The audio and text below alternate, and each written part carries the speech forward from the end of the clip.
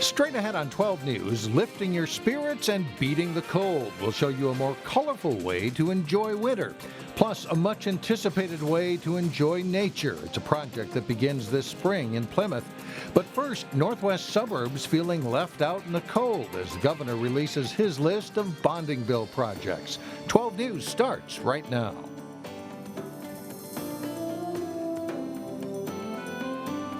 Hello, everyone, and thanks for joining us. Governor Mark Dayton announced a new bonding bill today that totals $1.4 billion. The bonding bill would create an estimated 39,000 jobs by investing in infrastructure projects all across Minnesota. But the Northwest Metro doesn't factor heavily into the governor's proposals. Delane Cleveland joins us now with more on that. Delane? Mike and Alex, Governor Dayton told me today that he had more than $3.7 billion in funding requests, so he had to make some tough decisions on what to include. One of the projects that did not make the cut was the Plymouth Ice Center. We did not expect to be in the governor's bonding bill, so this is no surprise to us. We tend to work through the House and the Senate and their capital investment committees to take a look at if they can include our project into the overall bonding bill. Plymouth is looking for about $2 million in state bonding money to build a new roof and replace a cooling chemical that's now considered an environmental hazard. The city also wants to convert an ice rink to a smaller size to make it more versatile.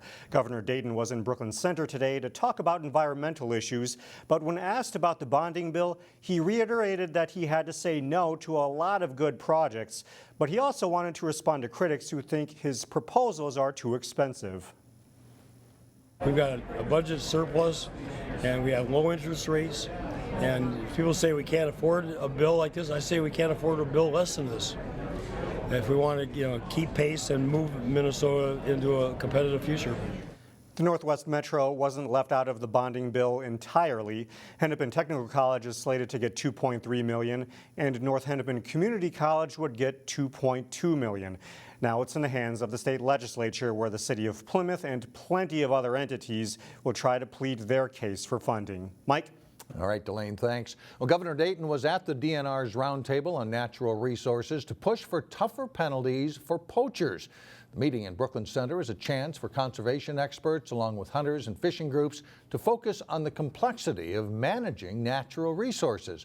One expert says invasive species like zebra mussels or Asian carp pose some of the toughest problems. Invasive species, both terrestrial and aquatic invasive species, are one of our most challenging conservation issues of the future, and they're also extremely complex. So we're dealing with living species that are impacting systems that have other living species in them. Ann Pierce says there's reason for hope, though, with 2 new Minnesota research centers focusing on plants, pests, and aquatics. She says counties are getting $10 million to implement the work the researchers are doing. A Brooklyn Park man has confessed to a shooting rampage last September in Minneapolis. 21-year-old Anthony Ford was accused of shooting a cab driver after Ford said the cabbie had cut him off in traffic. A short time later, Ford fired shots by a McDonald's drive-thru. At least one of the bullets hit a woman's car, which had 2 children in the back seat. Ford claimed he was drunk that night and pleaded guilty to 3 charges. He is expected to be sentenced to more than 14 years in prison.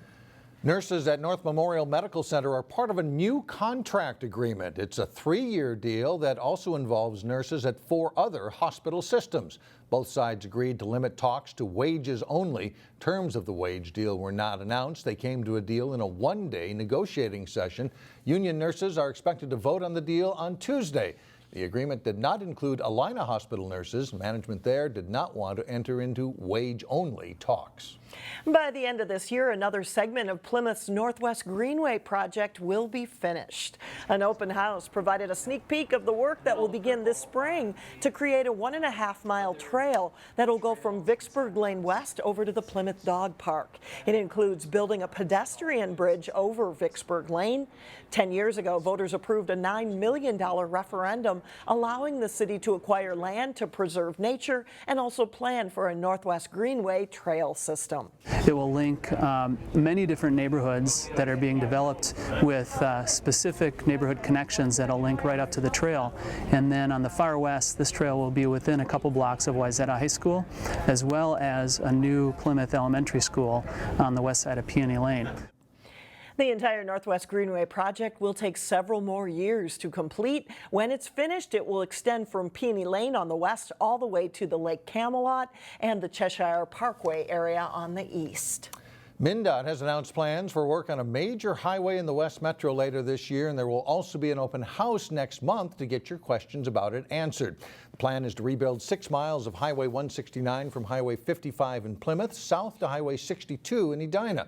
It also means a section of Highway 169 in Hopkins will be closed down completely in both directions for 1 year.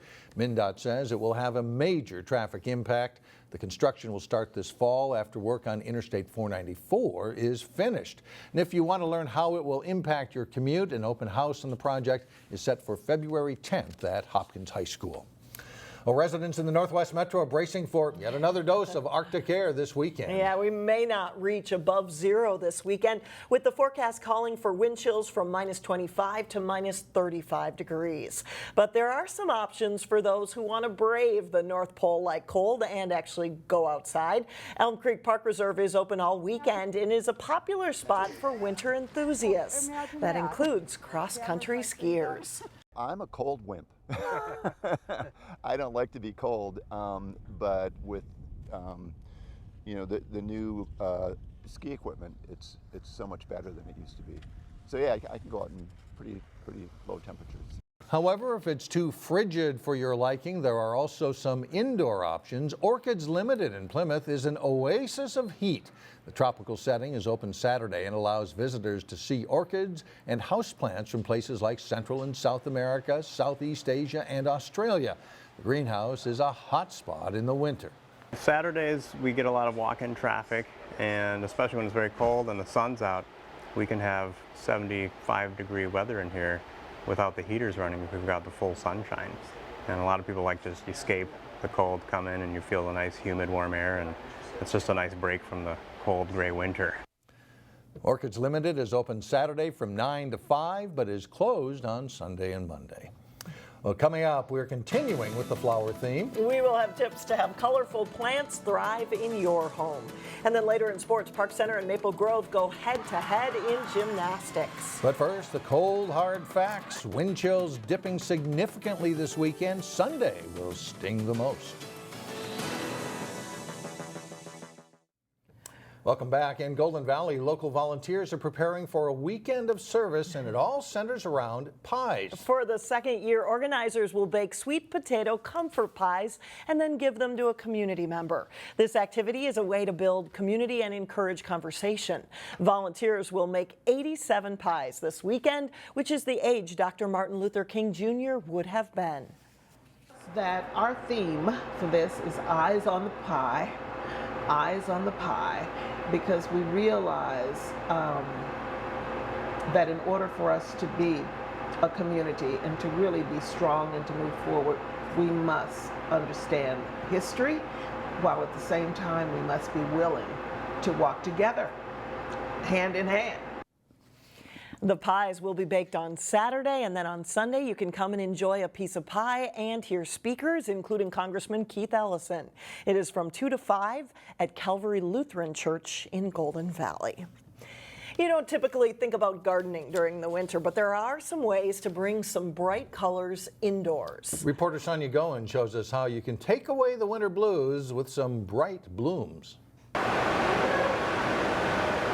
Sub-zero temperatures, the wind and snow can make for a very long winter. This is the time that people are probably feeling a little bit of cabin fever, staying inside their home. Susie Bachman has some blooming plants that will make the winter doldrums go away. Makes you think of a vacation that maybe you're not able to have, but you can have it in your home. First on the list, anthuriums. It has the bright red, glossy flower on it, and it reminds me of the tropics, someplace I'd rather be. They're also known as painted tongue or flamingo flower and are mostly grown in South America. This is an indoor blooming plant that would last many, many weeks. It's not uncommon for it to last 2 months. Orchids are beautiful and come in many colors. An east or south facing window provides enough light to grow the plant, but you have to be careful when it comes to watering. Orchids don't need as much water. They have air roots and they take moisture from the air, so they just need a few tablespoons. If all the snow has you missing green,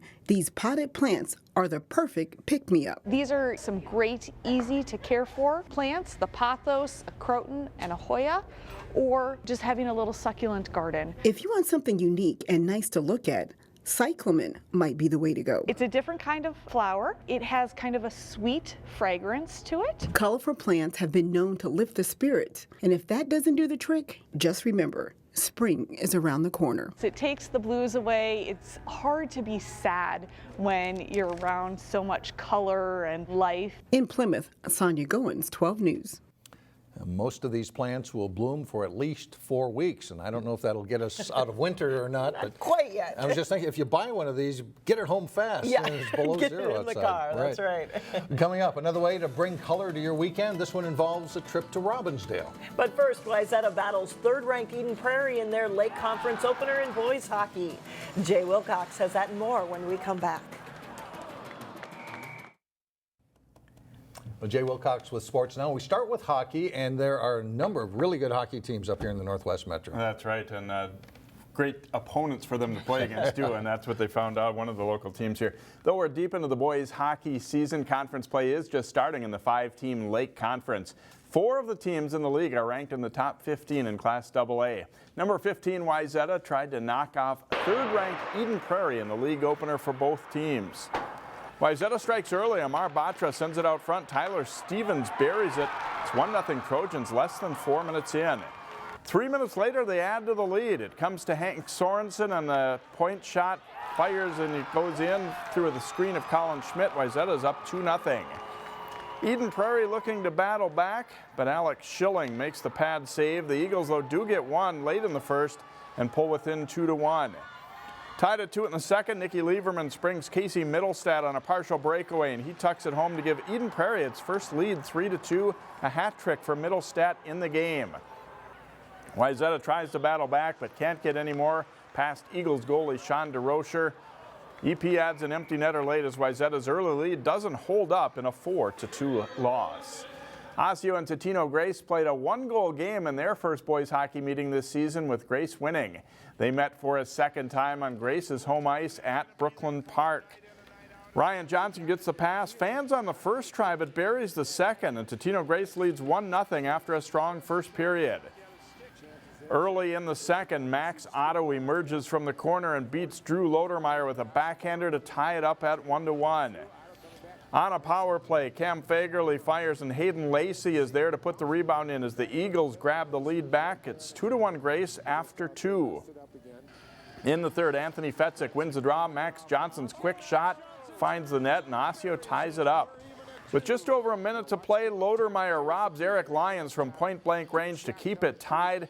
It ends in a 2-2 draw as the Eagles stay 1 game ahead of Osseo in the West Division of the Northwest Suburban Conference. In girls hockey, Champlain Park tied Class AA's 7th-ranked team, Elk River, on Tuesday. The Rebels hope to build on that solid effort as they faced off with Orono in a non-conference game on Thursday. First period, and a scoring chance for the Rebels, Annie Lorenzen, who gets in alone but is stopped by Orono goalie Madeline Carlson. No score in this game into the third period when Emily Colford shoots and scores from a tough angle for Champlain Park. Haley Williams with the assist, and it's 1-0 Rebels. But the Spartans get a power play and they take advantage. Elizabeth Norton scores 4:14 into the period, and the game is even up at 1 apiece. It stays that way until overtime. In OT, Norton skates out of her own zone with the puck, goes all the way to score the game-winning goal as Orono wins it 2-1. Champlain Park plays at Anoka on Saturday. After years of domination by Maple Grove over Park Center in gymnastics, things have tightened up considerably in the past few seasons. They meet at Park Center. On the vault for Park Center, Haley Illy scores a meet best 9.35. On beam for Maple Grove, Nadia Abed sticks her dismount and she comes up with a mark of 9.05. Maddie Clausen with a really good routine on bars for the Pirates as she scores an 8.45. On bars for the Crimson, Sophia Thompson hits her dismount for an 8.6 from both judges.